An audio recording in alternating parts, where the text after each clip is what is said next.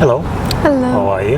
I'm good, thanks. How? You want to shake a little? It's going to be on the interview, this one. You don't want to? Yeah, I'm not going to cut this one. Oh, that's awful. Yeah, that's awful. Thanks. So, first I would like to thank you to sit down with me in this segment that doesn't have a name yet. It does, but I need to make it better. But I saw the intro. It was really good. Yeah. And I would like for you to introduce yourself. Who are you? Yeah. Where you come from? Okay. So first of all, thank you for having me. That's quite the experience of being interviewed. But I don't know, but by name? Yeah, sure. Okay. So Monika Frydrychowicz. I'm from Poland, and I am a psychologist. I'm doing counseling, not psychotherapy, because I'm not a psychotherapist yet. I'm planning to, but I haven't done the school yet. And I'm also doing a PhD in psychology, and then I'm in my third year out of 4, because it is like that in Poland.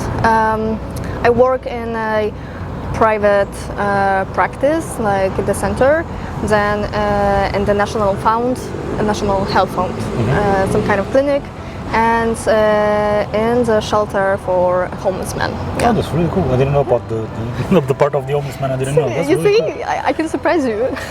And in these years that you still left one year on your PhD. Yeah. You did an internship, right? Yeah, it was a 2-week internship in Provo in the US. And how is that option came to the table? Actually, we've organized the conference on singlehood, because singlehood is my research area, and we've organized the conference in Poland. It was international one. It was held online, but we were like in the organizing committee with my supervisor, so we got in touch with a lot of top people and researchers in in singlehood. And there was one professor who studied singlehood, but in terms of ambiguous loss theory, and this is the theory that I'm using in my PhD, so that's why we got in contact with him. And he's more also a practitioner, so it's really closer to me, to the heart, to connect. And what differences do you see from approach of psychological therapy and therapy in general from the Polish point of view and the American point of view? Do you see any differences? I wouldn't say that I've seen. Let's just point out that the internship was only 2 weeks. I doubt that I've seen. I doubt that I've seen a lot. Mostly because the internship was mostly scientific one, not the practical one. They did have training clinic. That's why I could see some supervisions, some sessions live. But I'm not saying that I've seen the whole idea of counseling and psychotherapy in the US, because probably I have no idea about it. It's just probably mostly my still imagination of it, and my expectations of it. But in terms of working, I haven't seen much difference.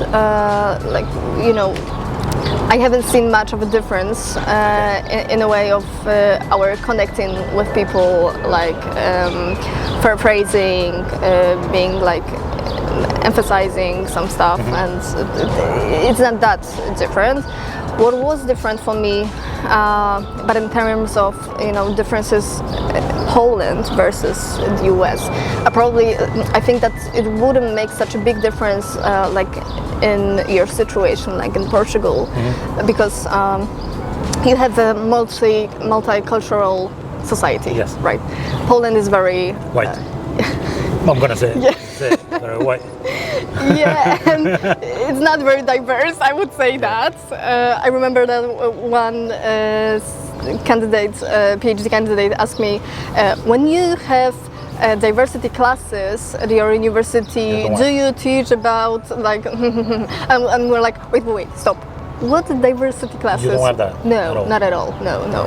So I think that was the biggest difference, and for me, a big realization that it's super easy for me to be a psychologist in Poland in terms of cultural differences. Like, I don't have to be aware of so many.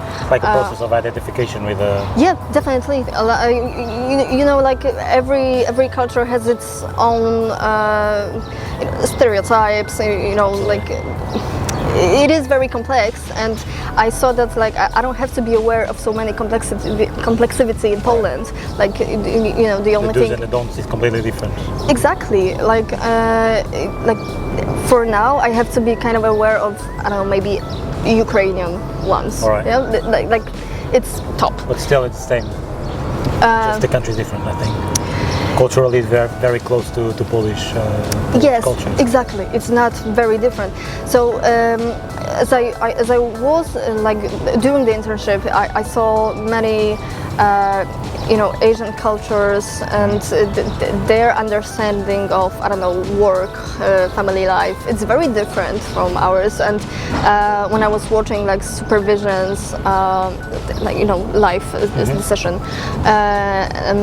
that was surprising for me, that I wouldn't even notice and pay attention to some stuff that are very cultural. Right. So that was for me like. On the one hand, it's easier, and I kind of appreciate that it is easier for me in Poland. But at the same time, I thought that what a big loss for me as a human being of to not have contact to that kind of multicultural. Yeah, like how narrow-minded are we like in Poland in terms of that. So that was really something that I actually thought that I would love to be.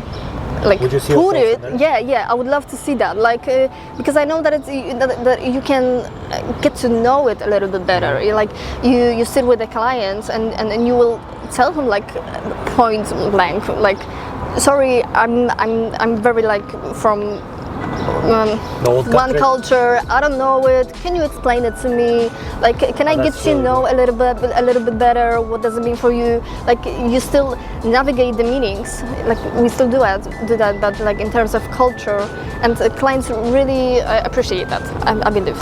So that would be very would you see yourself in that environment, counseling in the US, or it's something that I mean, like I think I wouldn't do a great job at it, like at this point, because of like it's a good thing that I'm aware of it. All right.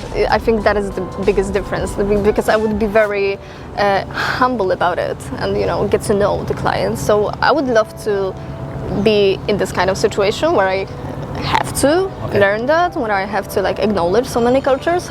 I would really love it, like professionally and personally, for my like development. That would be great, actually. Yeah.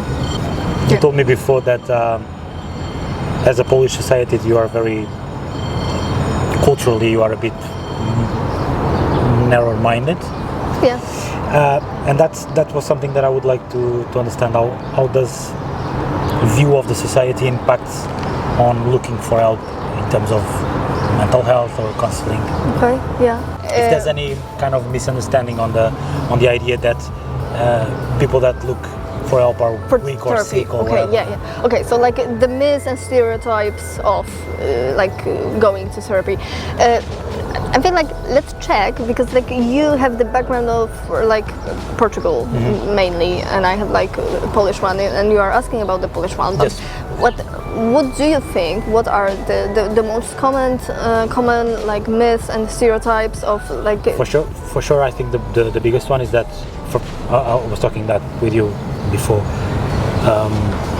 I think it's easier for women to find help than men, because they see as a weaker link in kind of a society if they look for help, or if they look for counseling. Yeah. Okay. And I don't know if in Poland is the same. I know a little bit of the culture of Poland, and I know a little bit of the almost a male toxicity that the society has. And that's something that I would like to know, because in Portugal we see more and more men looking for help. Not as much as it should, but more and more men looking for help. And that's what I would like to see in Poland, to know if it happens the same. Yeah, I think it's exactly the same. Like probably a lot of myths that we will be speaking are worldwide actually, but it is the same in Poland. Like thinking that for men it is a sign of weakness and not going. But like in general, going to therapy, right, is there is a myth that it is a weakness and that you shouldn't. I think like in general there are myths about that going to psychotherapy is a sign of weakness, like in general, and men like have it even harder to do so. But actually, I'm thinking like it's quite the opposite. Like we are trying to normalize it and show that it's actually a sign of like the courage and not the weakness. Like it takes a lot of work to work on yourself, like to be. And what kind of tools do you use to change that mentality? In Poland? Yeah. In Portugal, we know that as much as we talk, we always like bring a little bit of our experience. For example, I did therapy, and I'm not doing therapy at the moment, but talking with my friends that never did it. Yeah. It's nice to like. It's not as a big of a bug or a big of a monster as you think so. Just a conversation. Building on that, what you said, I think it's the best idea to normalize psychotherapy and like you showing others that you are going and that it's helpful, and I think it's the best model.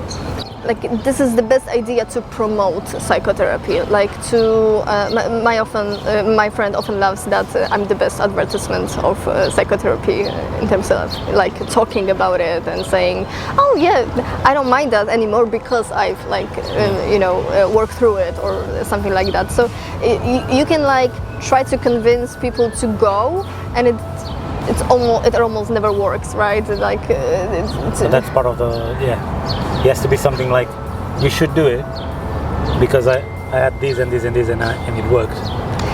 That's how probably how I do it with my friends and my friends that accept that advice, because I explained that I suffered from something, but we worked it out. Yeah, like the most like the best encouragement for that is to like show that I had that too, so like in the feeling of similarity, and you don't have to be ashamed of that, and like that I went and like I'm normal as you are, and that it worked. Like it's like three things that do the work. And you still do therapy? I know that therapists need therapy. For me, I'm doing. It's not like a formal rule of or any. There's people that don't do it. Yeah. Really? Yeah, a lot of them actually. Like how could they? Like at least that's something that can rub on you. I know that probably you turn off and on very easily the type of stories that you listen. Yeah. But how? I mean, I often ask this question as well. Like I think when you are a psychologist, you don't have to. Like